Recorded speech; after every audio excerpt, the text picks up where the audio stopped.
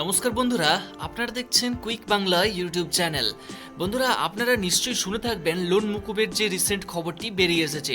হ্যাঁ বন্ধুরা, এখানে আপনাদের একটু ডাউট ক্লিয়ার করতে চেষ্টা করব যে লোন মুকুব এবং লোনকে রাইট অফ করে দেওয়া এটা কিন্তু একটু ডিফারেন্ট। হ্যাঁ বন্ধুরা, যখন কোনো সরকারের তরফ থেকে ঘোষণা করা হয় যে এই লোনটি বা এই লোনগুলো মুকুব করে দেওয়া হলো, সেটা কিন্তু সম্পূর্ণরূপে মুকুব করে দেওয়া হচ্ছে, সেখানে আপনাকে কোনো প্রকার ইএমআই দিতে হচ্ছে না।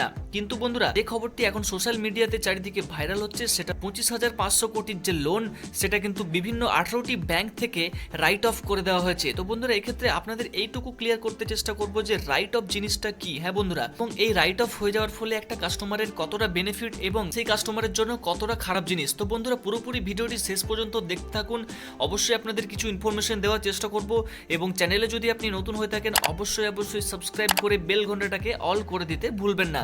তো চলুন বন্ধুরা, ভিডিওটি শুরু করি। বন্ধুরা, প্রথমত এটা জেনে রাখুন যে কোনো লোন আপনি যখন 3 মাস বা তার বেশি সময় ধরে পেমেন্ট করছেন না, অর্থাৎ এই 3 মাস সময়টাকে কিন্তু একটা কোয়ার্টার বলা হয়।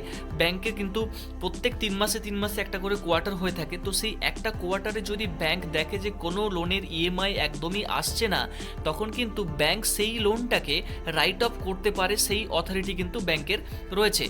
এটাও বলে দিই যে এনপিএ হয়ে যায় শুধুমাত্র একটি লোন যখন আপনি 90 দিনের বেশি কিন্তু আপনি পেমেন্ট করেন না। অবশ্যই বন্ধুরা, তাহলে সেই লোনটি এনপিএ হয়ে যায়, এবং এনপিএ যাতে বেশি না হয়ে যায় সেই জন্য ব্যাংকের যে ব্যালেন্স শিট রয়েছে সেই ব্যালেন্স শিট ক্লিন দেখানোর জন্য সেই লোনগুলোকে রাইট অফ করে দেওয়া হয়। এবং সেই যে রাইট অফ করে দেওয়া হলো, সেটা কিন্তু ডাইরেক্ট সেটা সিভিল ডিপার্টমেন্টকে রিপোর্ট করে দেওয়া হয় যে এই লোন অ্যাকাউন্টের এত লোন অ্যামাউন্ট রাইট অফ করে দেওয়া হলো।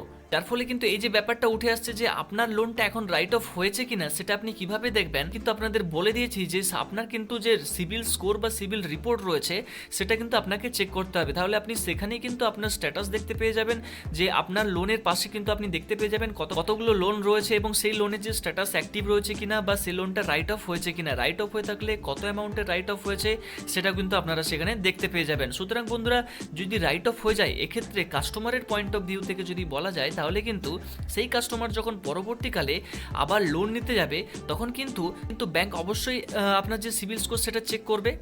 আর সিভিল স্কোর চেক করলে কিন্তু সেটা ধরা পড়ে যাবে যে আপনি আগে যে লোন নিয়েছিলেন সেটা আপনাকে রাইট অফ করে দেওয়া হয়েছে, আপনি লোনের অ্যামাউন্টটা দেননি। সুতরাং বন্ধুরা, তখন আপনাকে আর পরবর্তী ক্ষেত্রে লোন দেওয়ার পসিবিলিটি বা প্রবাবিলিটি একদমই কিন্তু থাকবে না। এই বন্ধুরা, যে লোন হয়ে থাকে সেই লোনগুলো কিন্তু দুই প্রকারের হয়ে থাকে। হ্যাঁ বন্ধুরা, একটা কিন্তু পুরোপুরি সিকিউরড লোন এবং আরেকটা হয়ে থাকে আনসিকিউরড লোন। তো বন্ধুরা, এক্ষেত্রে সিকিউরড লোন হচ্ছে সেই সমস্ত লোনগুলো যেগুলো আপনাকে লোন দেওয়া হচ্ছে এবং তার পরিবর্তে আপনি কোনো প্রপার্টি তার সাথে অ্যাটাচ করছেন। ধরুন আপনার হোম লোন হয়ে থাক, সেটা কার লোন হয়ে থাক। সুতরাং বন্ধুরা, আপনার সেই হোম বা কার সেটা কিন্তু ব্যাংকের কাছে এক প্রকার প্রপার্টি হয়ে থাকলো।